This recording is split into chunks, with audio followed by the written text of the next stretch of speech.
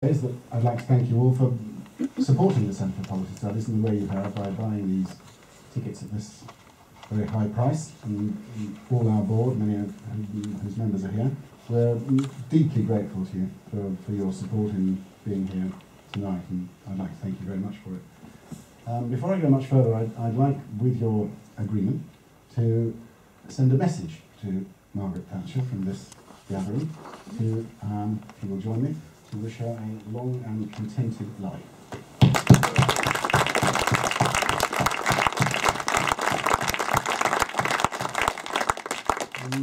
I'm going to relieve you of the burden of hearing any kind of speech. I'm going to speak for 1 second about the CPS and then 1 second about this movie.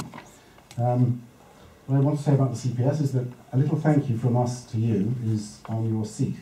Tim Knox, the director of the CPS, who you all know, found in the archive of the Centre for Policy Studies a document called Stepping Stones, which we've reproduced for you with Margaret Thatcher's own hand comments on the side of it.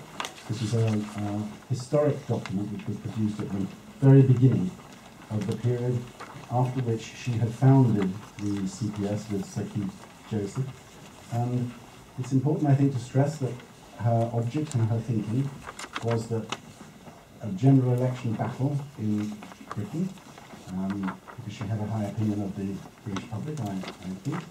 But the general election battle in Britain was an intellectual battle, and that the winner would be the one with the best arguments. And therefore she founded the CPS to give intellectual weight to her beliefs and her values.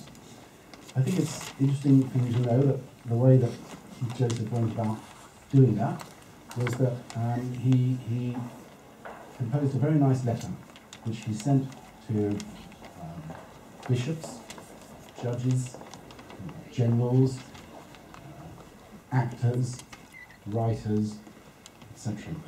And he said in this letter, I have seen, read what you said in your book, article, interview, speech, and we are very interested in what you have to say. Would you do me the honour of coming to lunch so that we can discuss your ideas further? And this was a marvellous way to meet the point that politics, as many of you know, is an adversarial activity in which you will either hit or be hit, and that the winner in this contest is the one with intellectual self-confidence. And that has been Margaret Thatcher's gift to this generation of people in charge of her baby, the Centre for Policy Studies. Thank you. Let me turn to this film. Movies are a magnificent art form, so is politics.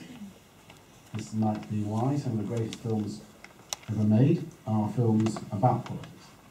I'm thinking of films like Advise and Consent, The Best Man, 7 Days in May, and as Michael and Sandra Howard know very well, The Manchurian Candidate. I don't know whether this film is going to live up to that. That would be very, very hard to do. We will find out. Meryl Streep has certainly won the Golden Globe last night for her performance in this film as Best Actress, and they say she will win the Oscar for Best Actress too. The completely uncanny thing about this film, which I have avoided seeing until tonight so that we could watch it together, the uncanny thing about this film is that it has, in a way that Margaret Thatcher herself did, divided people completely. Some people have said to me this film is inspiring. Others have said it's revolting. Some of her friends have found it distressing. And I've had some of her enemies have found it disarming. Some say it's a feminine tract. Others say it diminishes women. Well, it all proves the Hollywood law, I think the only law in Hollywood, which is that nobody knows anything. Either way, one thing we can be certain of.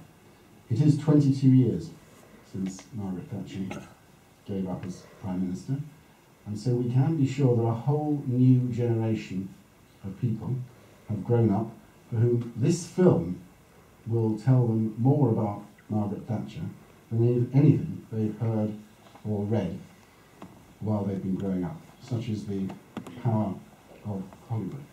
And therefore, I'm very pleased that we've been able to come together, and then we can make up our own mind. As you're doing that, I'd like to paint you a picture of, I said at the beginning that movies are a magnificent art form, so is politics. So I'll paint you a picture of the highest form of art, the poet. And when the two magnificent forces collide, the highest form of art, the poet, and the highest form of politics, the Prime Minister. This occurred in one of those parties that Prime Ministers give most nights, in number 10, for various groups. So one night it's the judiciary, and one night it'll be the military, another night it'll be the doctors. That's how it's done in number 10. On this particular occasion, the group was the arts. The Prime Minister was taken around the room, as she would be, and introduced to great actors, great playwrights, all the great theatre directors, etc. And then as her team was taking her around the room, her team said, "Prime Minister, this is Mr. Philip Larkin." She said, "Mr. Larkin, what a pleasure to meet you. I so admire your work." He said, being Philip Larkin, "Really, Prime Minister, and what is your favourite line of my poems?" She said, her mind lay open like a case of knives. Good evening, Mr. Larkin. What a woman. Thank you for coming. I'll see you later on.